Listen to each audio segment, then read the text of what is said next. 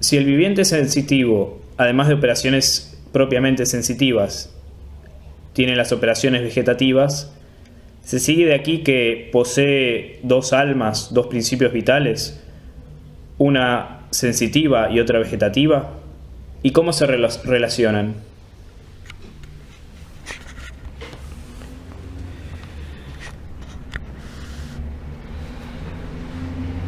Para responder a esto tenemos que retornar a la noción del acto primero como acto esencial.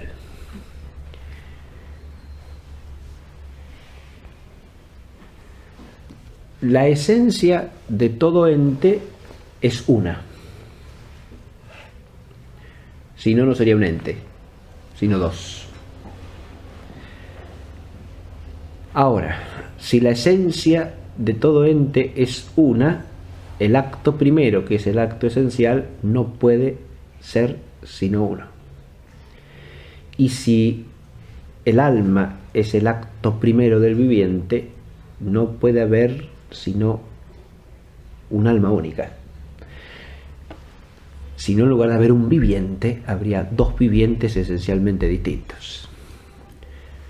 Si son incompatibles dos actos primeros en un único ente. No puede haber en un ente sino un solo acto primero. Por eso se dice, como consecuencia, un corolario necesario de esto, que el viviente se especifica por los actos supremos de su naturaleza. Este corolario atiende al hecho, al fenómeno captable por la experiencia, de que los entes vivientes corpóreos se nos presentan con una estructura de tipo, a veces se dice estratificada, pero eso es una imagen que tiende a una concepción errónea, digamos, una estructura progresivamente complicada en la cual el modo de vida inferior es asumido por el superior. Es decir, los entes vivientes sensitivos tienen actividades no solo sensitivas, sino vegetativas y sensitivas.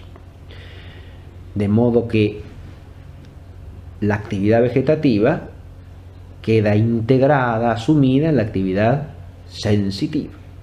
Y el ente corpóreo viviente racional que es el hombre tiene también actividades vegetativas y sensitivas, ambas integradas, asumidas en una naturaleza racional. La existencia de actividades de orden inferior en la naturaleza del viviente corpóreo no implica de ninguna manera otro acto primero, es decir, otro principio sustancial. Lo que implica es que según el orden de la naturaleza, el principio sustancial de orden inferior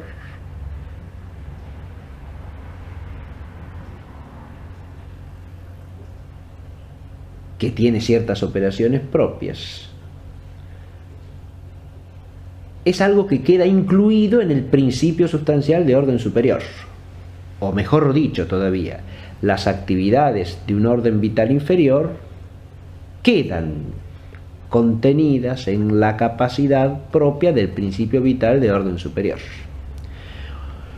Un acto primero vegetativo no tiene más que, o no implica más que capacidades de actividad vegetativa. En cambio, un acto primero sensitivo implica tanto actividades de orden sensitivo como de orden vegetativo. Y un acto primero racional implica capacidades de actividad racional, de actividad sensitiva y de actividad vegetativa. Pero lo que especifica al viviente, lo que lo hace ser ese viviente y no otro, es siempre un acto primero que lo pone en realidad de su naturaleza, que es su principio formal sustancial. Y ese no puede ser sino único porque, volviendo a lo primero que hemos dicho, si no, no habría un ente sino dos entes distintos, no una sustancia sino dos sustancias.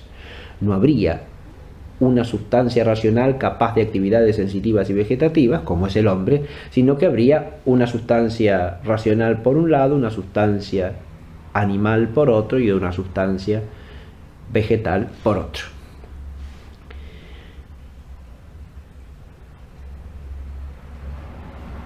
En esta cuestión de si hay unidad o pluralidad de almas, ¿no? Unidad o pluralidad de principios sustanciales en el ente viviente, es una cuestión clásicamente desarrollada que se ha discutido largamente en toda la escolástica, ¿no?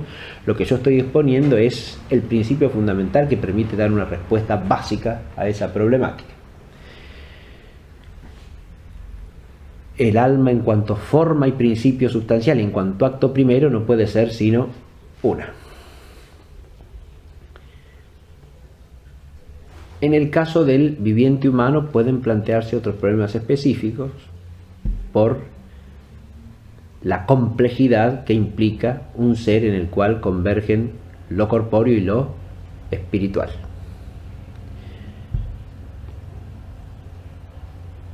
Cuando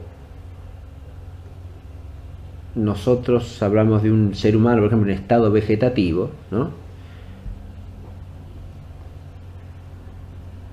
De ninguna manera cabe pensar que ahí, poniendo varios principios sustanciales, lo que cabría decir es que ahí cesaron de existir los principios sustanciales superiores y queda el inferior. Porque entonces, insisto, eso sería pensar al hombre como una pluralidad de sustancias. Lo que sí podemos advertir allí es que en esa sustancia viviente racional, que es ese hombre, no se manifiestan las actividades distintas a las actividades vegetativas. Eso es lo que cabe decir desde el principio que acabamos de asentar. Lo que percibimos, lo que se da a conocer fenoménicamente, son exclusivamente actividades de orden vegetativo. Esto simplemente se puede atribuir a la problemática que tiene todo ente corpóreo viviente, en el sentido siguiente. Esencialmente, las actividades de orden inferior están asumidas por las de orden superior.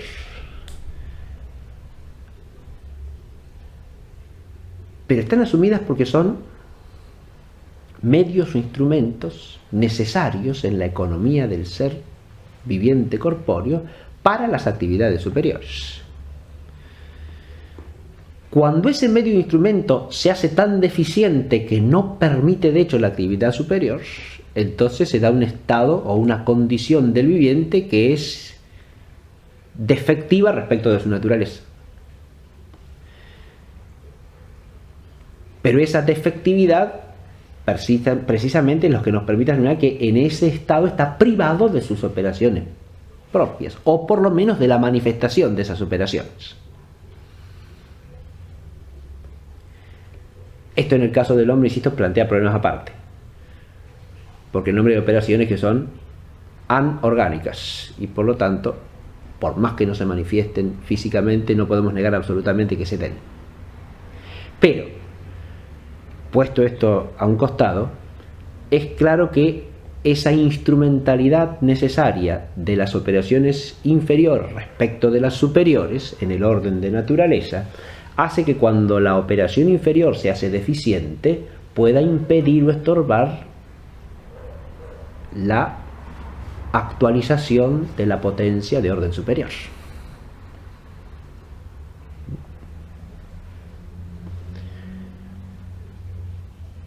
Y eso es lo que sucede cuando el viviente queda reducido a un estado de vida defectivo,